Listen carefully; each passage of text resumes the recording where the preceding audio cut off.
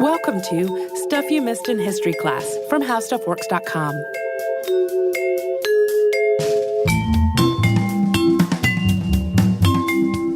Hello and welcome to the podcast. I'm Tracy V. Wilson. And I'm Holly Fry. So, Elbridge Gerry, not really a household name. No. Unless you start talking about gerrymandering, which at this point is a household word and is named after him. So just in case you're not familiar, gerrymandering is the drawing of political districts to give particular advantage or disadvantage to a party or a group. And back when we talked about the Wilmington coup earlier this year, we got a number of angry letters about how we should have specifically said that both major parties in the United States gerrymander, even though we talked about both major parties doing that in the episode.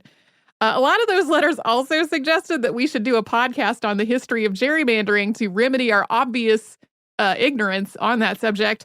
But the funny thing was, at that point, it had been lingering on my short list for a really long time based on having already educated myself. So it's now April of 2018. Just last month, the U.S. Supreme Court heard oral arguments in a gerrymandering case, and they had heard arguments in a previous case, the previous October. And then the North Carolina case that we mentioned in that Wilmington coup episode was put on hold pending decisions and all that. So it seemed like a good time to actually move this thing that's been on my short list for more than a year up to the top. We are not going to get into the details of the cases that the Supreme Court is examining right now. There is a ton of very good, reliable, nonpartisan coverage that is very easy to find if you Google something like gerrymandering SCOTUS or gerrymandering Supreme Court. Today's show is more about the history of congressional districts and who this Elbridge Gerry person was and how he became associated with a district that was so convoluted that the whole practice of drawing skewed political districts is now named after him. So in the U.S., the word gerrymandering can apply to any political district, but it's most often used to describe state and federal legislative districts. The various states have their own particulars, but for the most part, state legislative districts follow the same basic principles that the congressional districts do, but with different numbers.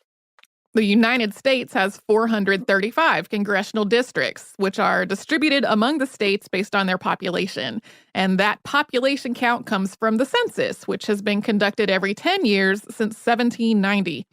The census is something that Congress is empowered to conduct in Article 1, Section 2 of the Constitution, so it's right there in the nation's founding document.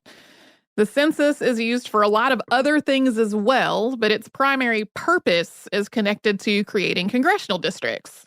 And the idea that the districts will be allocated to the states based on their population is also in the Constitution, also in Article 1, Section 2, which is amended in Section 2 of the 14th Amendment. Quote, representatives shall be apportioned among the several states according to their respective numbers, counting the whole number of persons in each state, excluding Indians not taxed. The Indians not taxed part is connected to the idea of tribal sovereignty, and at the time, tribal persons who were not paying any taxes were not being counted. We'll get to that a little bit more later. All the congressional districts across all the states are supposed to have roughly the same number of people. And although that basic idea has been part of the process from the very beginning, it wasn't until the Apportionment Act of 1842 that the law really spelled out that every state should be divided into congressional districts with a single representative elected from each one. The congressional districts themselves are divided and distributed through a process called apportionment, which is governed by federal law. The exact method of apportionment has changed several times over the centuries, and all those methods are actually pretty tricky to explain in the course of an audio podcast. So we will put it this way. It is a math exercise intended to ensure equal representation nationwide. The current system of apportionment goes back to 1940, at which point it was also decided that there were no longer any Indians not taxed to be factored into the equation.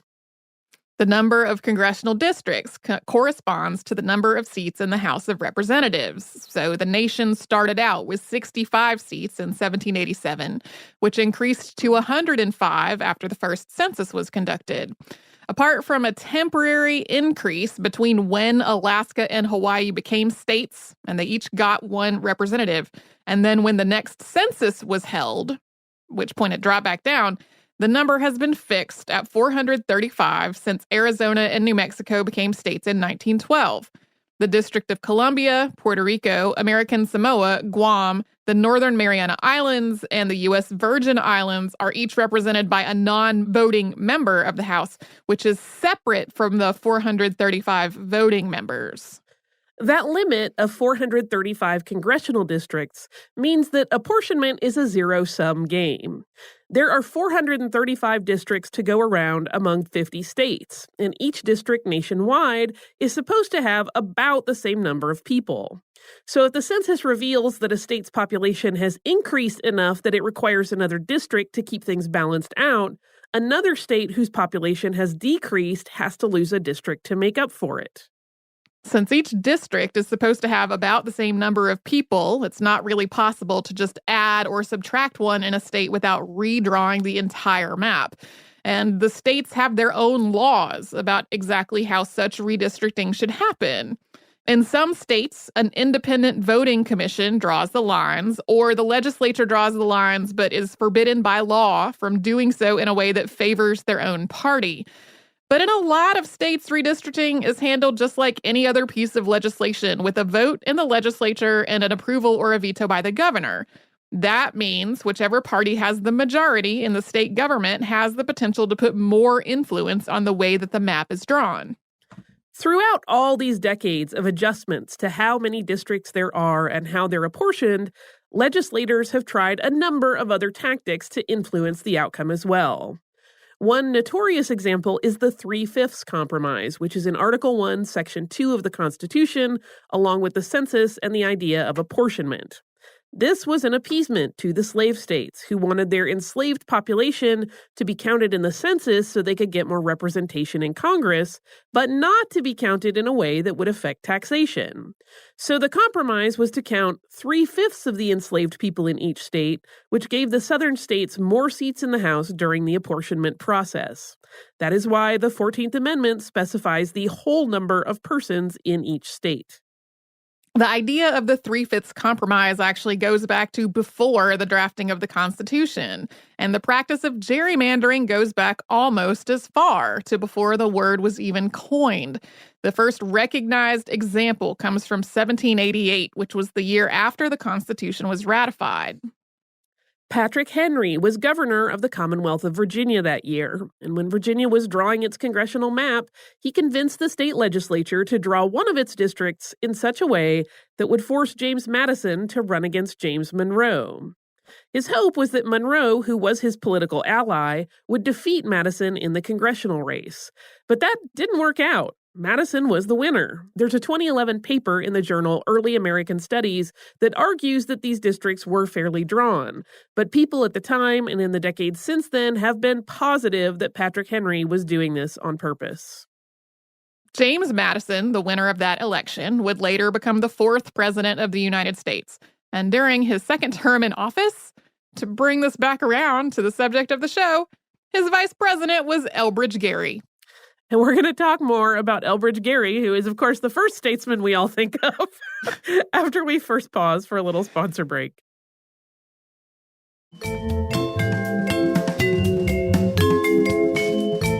Elbridge Gerry was born in Marblehead, Massachusetts on July 17, 1744. His father, Thomas, had immigrated to the colony from England in 1730, and he'd become a prominent figure in the Marblehead community. The family was also well off, but as devout members of First Congressional Church, they weren't particularly showy about their wealth. Elbridge was one of 11 siblings, although 6 of them died while still in childhood. Gerry went to Harvard College, where he earned a master's degree, and in his master's thesis, he argued that the colonies should resist the British government after the implementation of the Stamp Act. He returned to Marblehead after he graduated in 1765, where he joined his father's merchant business and became active in the growing movement for independence from Britain. This included serving on a committee to enforce a ban on the sale and consumption of tea. In 1772, Gerry was elected to the colony's legislature, the General Court of Massachusetts. In May of 1774, after the Boston Tea Party, the British Parliament passed the Intolerable Acts, which were a collection of laws meant to both punish Massachusetts and to try to bring the colony back in line. One of these was the Massachusetts Government Act, which abolished the colony's charter and replaced most of its elected members of the government with people appointed by the Crown. When this happened, the General Court reorganized itself as a provisional government called the Provisional Congress, and Elbridge Gerry was part of it. In 1776, Gerry signed the Declaration of Independence, and then he was elected to the Second Continental Congress, where he served until 1779. I did find one report that his term really lasted until 1780, but after a dispute about how much to pay suppliers, of which Gerry was one, he walked out of Congress in disgust and didn't come back. That seems a little incongruous with the reputation that he developed for himself of being very dedicated afterward. There was this one source that I found that made that claim, and then all the other sources were echoing back to that one, and I didn't find a mention of it in a biography that was written during his lifetime. So maybe that would have happened. I guarantee if anybody ever makes a movie of his life, that will be included. Yeah. In his work in the government, Elbridge Gerry developed a reputation as being highly dedicated and efficient. He was also obstinate and cantankerous and not afraid to stand by an unpopular opinion. He wasn't nearly as eloquent a speaker as a lot of the more famous founders, but he spoke tirelessly on subjects that he thought were important. One of the things that was really important to Gerry was independence from Britain. He was relentless in his efforts to convince colonies that were on the fence about it that independence really was in their best interests. John Adams described it this way, quote, "If every man here was a Gerry, the liberties of America would be safe against the gates of earth and hell." In 1783, after the end of the Revolutionary War, Gerry was elected once again to the nation's governing body, which was now the Congress of the Confederation. He served until 1785. In 1787, he was elected as a delegate to the Constitutional Convention. This was the convention that was established to craft a replacement for the Articles of Confederation, which had formed the basis for the United States government after the Revolutionary War. Elbridge Gerry was also one of the signers of the Articles of Confederation. Elbridge Gerry had a lot of extremely strong opinions about how the government that the Constitutional Convention was creating should work. He wasn't so much behind the all men are created equal language from the Declaration of Independence. He thought that humanity had a natural elite and that those elite persons should lead the nation. He also thought that the new government should take the best elements of monarchy, aristocracy, and democracy and create a strong central government that also delegated significant power to the states. But he wanted limits on the central government that would prevent it from descending into tyranny. And he wasn't in favor of having a standing army because of its potential tyrannical uses. He also became one of the most vocal supporters of the Great Compromise. The Constitutional Convention was considering two plans for the federal legislature. One was called the Virginia, or Large State Plan, which involved a bicameral legislature with the state's representatives to both houses being determined by their population. The other was the New Jersey, or Small State Plan, in which the government would have only one house and each state would have the same number of representatives. Neither side was willing to budge, and the Constitutional Convention came to a complete deadlock. The Connecticut Compromise, or Great Compromise, was a combination of the two proposed plans. A bicameral legislature in which one house had the same number of representatives for each state, and the other house had a number of representatives based on the state's population. This is what we have today. So this plan is most often associated with Oliver Ellsworth and Roger Sherman, who largely proposed it. But Elbridge Gerry was the chair of the committee that was responsible for coming up with the compromise. And he was one of its most strident and vocal advocates. He called for compromise again and again during this process. And he pointed out that if the Constitutional Convention did not reach a successful end, quote, "we shall not only disappoint America, but the rest of the world." Gerry's work with the Constitutional Convention went way beyond the Great Compromise. He also advocated for checks and balances, including Congress being able to overrule a presidential veto. He called for provisions for impeaching the president, saying, quote, "A good magistrate will not fear them, and a bad one ought to be kept in fear of them." He opposed direct elections because he thought it too easy for the voting population to be misled. But when proposals were raised to have Congress elect the president, he argued that would make the president too dependent upon the will of Congress. He suggested having state governors elect the president instead. But in the end, Elbridge Gerry wasn't happy with the Constitution that the convention created, and he refused to sign it. He thought there weren't enough protections of individual liberties, and he proposed the addition of a Bill of Rights. And the Constitution today does have a Bill of Rights, but that didn't come along until after it was ratified. Even though Gerry was highly critical of the Constitution as it was drafted, once it was sent for ratification, he toned down his criticism. He still had his objections, but he thought if the states didn't ratify the Constitution, the nation would either fall apart or dissolve into a civil war. Ratifying the Constitution and amending it later was the lesser of two evils. So during and after the ratification process, he kept advocating for amendments and a Bill of Rights. The Bill of Rights was proposed by James Madison before the first United States Congress on June 8, 1789. Gerry's work with the government didn't stop there. He ran for governor of Massachusetts in 1788 and was defeated, and then he served in the House of Representatives from 1789 to 1793.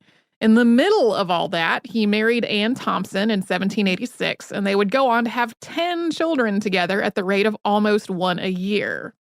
He eventually became disillusioned with Congress after trying to work through extremely partisan bickering over Alexander Hamilton's proposal to assume state debt and establish a national bank. Gerry retired at the end of his second term in the House and went back to Massachusetts, where he lived in Cambridge with his ever-growing family. He didn't stay out of politics completely for very long, though. In 1796, he was a presidential elector in support of John Adams, and the following year, Adams appointed him as an envoy to France. His mission there was not very successful, though. This all took place after the United States and Great Britain signed the Jay Treaty.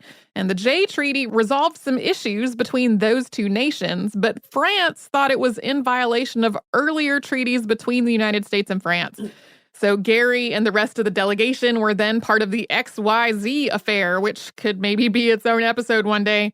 The French foreign minister demanded a bribe before negotiations could begin, and then the American delegation refused to pay that bribe. This all blossomed into an undeclared naval war that lasted until 1801. Back home, Gerry was in and out of politics before being elected governor of Massachusetts in 1810. It was during his term as governor that the term gerrymander was coined, which we're going to get right back to in a moment. After the gerrymander, he ran for re-election and lost in 1812. But that same year, James Madison tapped him to be his presidential running mate, hoping to win the Massachusetts vote. Madison lost Massachusetts, but he won the presidency, and Gerry served as vice president with the same cantankerous diligence as he did the rest of his career. Gerry died in office on November 23rd, 1814, while on his way to the Senate. He's buried at Congressional Cemetery, and the monument over his grave bears a quote from him. Quote, "It is the duty of every man, though he may have but one day to live, to devote that day to the good of his country." Which makes it kind of sad that his legacy today is a practice that's frequently criticized as being to the detriment of the country and its democratic process. And we're going to talk about that after we have a quick sponsor break.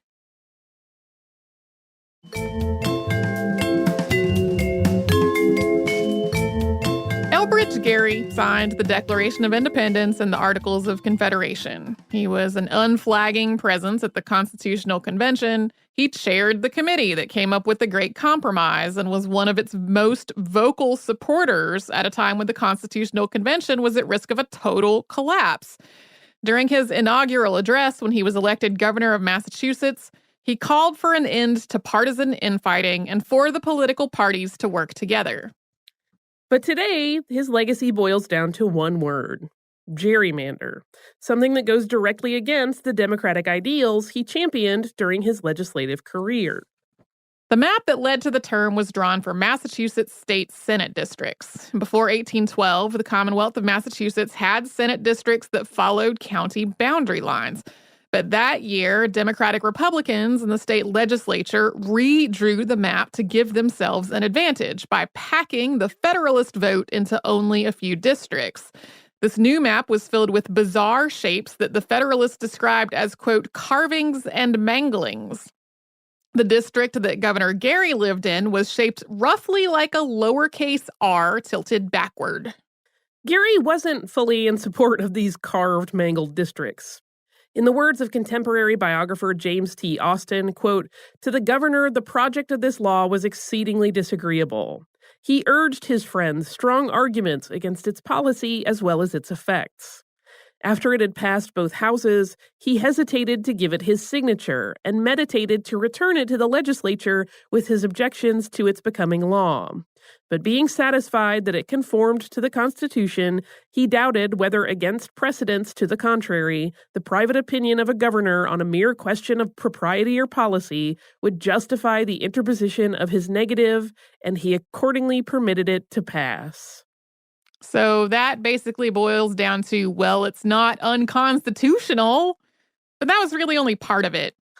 When he approved these districts on February 11th, 1812, Gerry, who had long resisted joining a political party but was now a Democratic Republican, was highly concerned about what the Federalist Party was doing. He thought that Federalist criticism of President James Madison's foreign policy bordered on treasonous. He also feared that the Federalist Party was becoming too close to Great Britain, and he worried that Federalists secretly wanted to roll back American independence and return to the British Empire. It is extremely likely that all of this influenced his decision. Page 2 of the Boston Gazette on March 26, 1812, included a satirical picture of Gerry's district. The district's southern end at the bottom of the R ended in talons, and the northeast corner had a dragon-like head. Two wings sprouted just below the eastward bend at the top of the R. And this picture ran under the heading, "The Gerrymander," followed by a scathing article that began, quote, "The horrid monster of which this drawing is a correct representation appeared in the county of Essex during the last session of the legislature." There are a couple of different versions about who exactly coined the term gerrymander.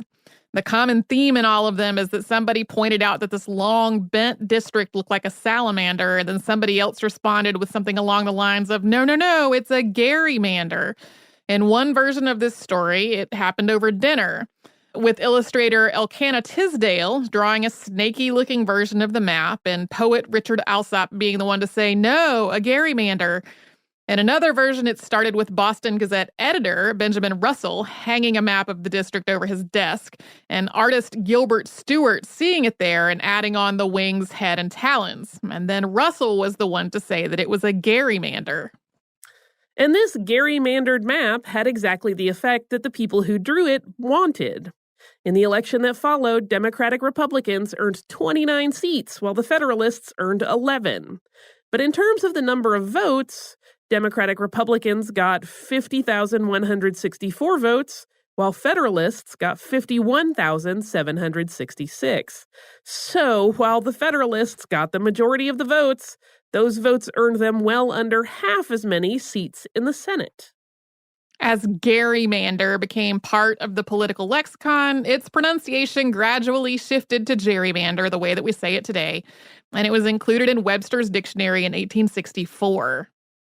Apart from that political cartoon of the gerrymander, opponents of the Massachusetts redistricting during Elbridge Gerry's term as governor said it, quote, inflicted a grievous wound on the Constitution.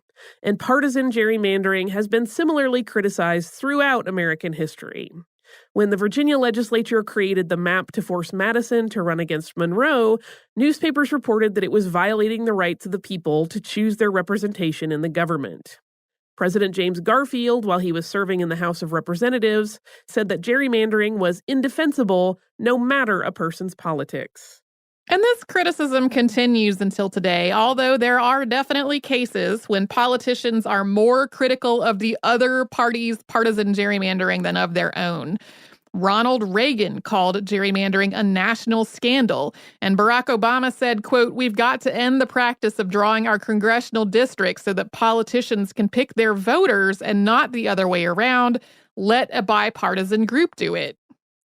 But there have also been attempts to use gerrymandering in a positive way.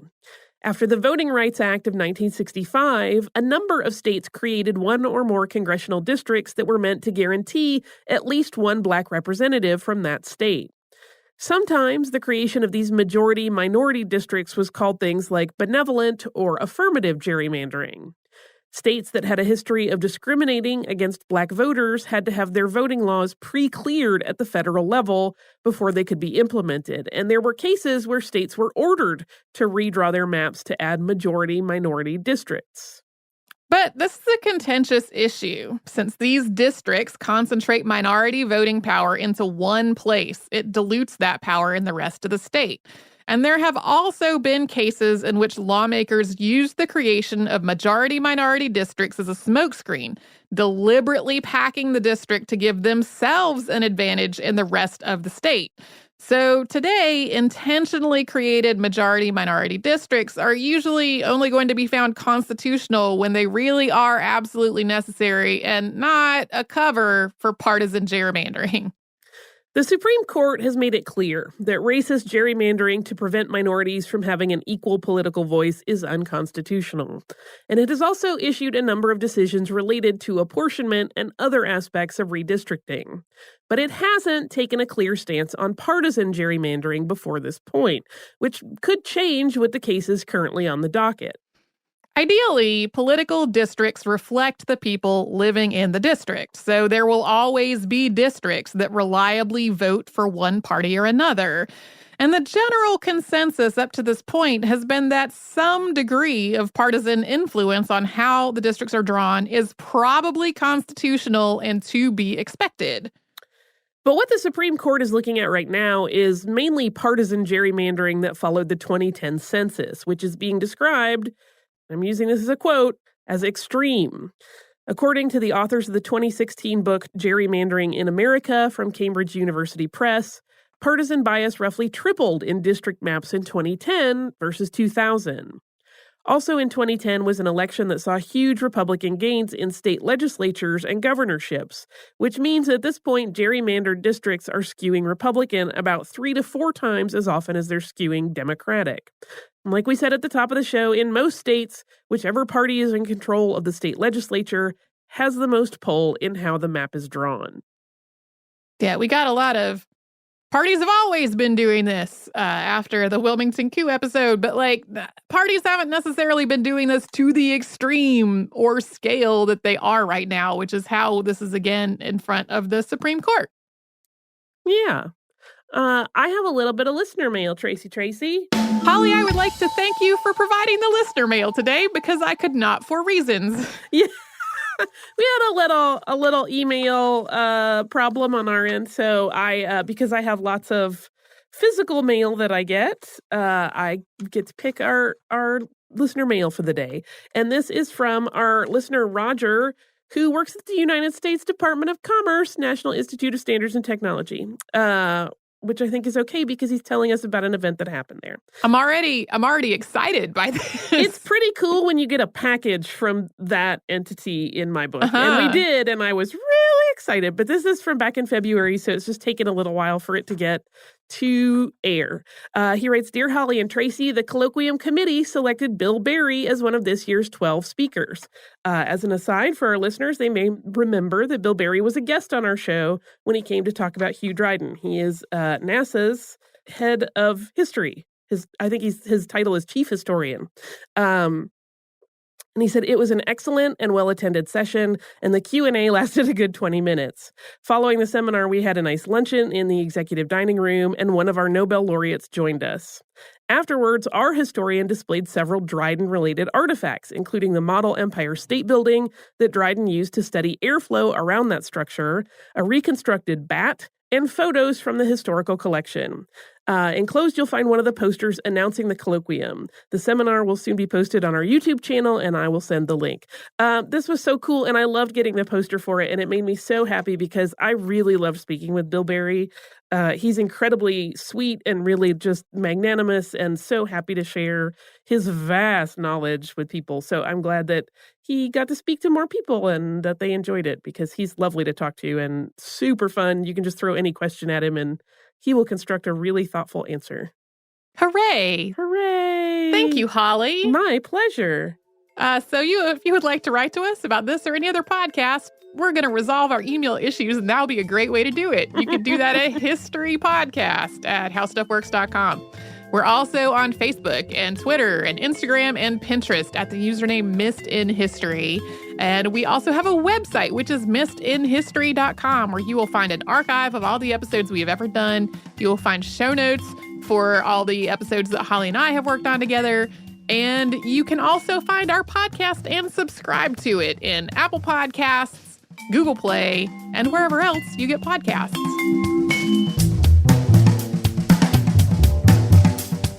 For more on this and thousands of other topics, visit howstuffworks.com.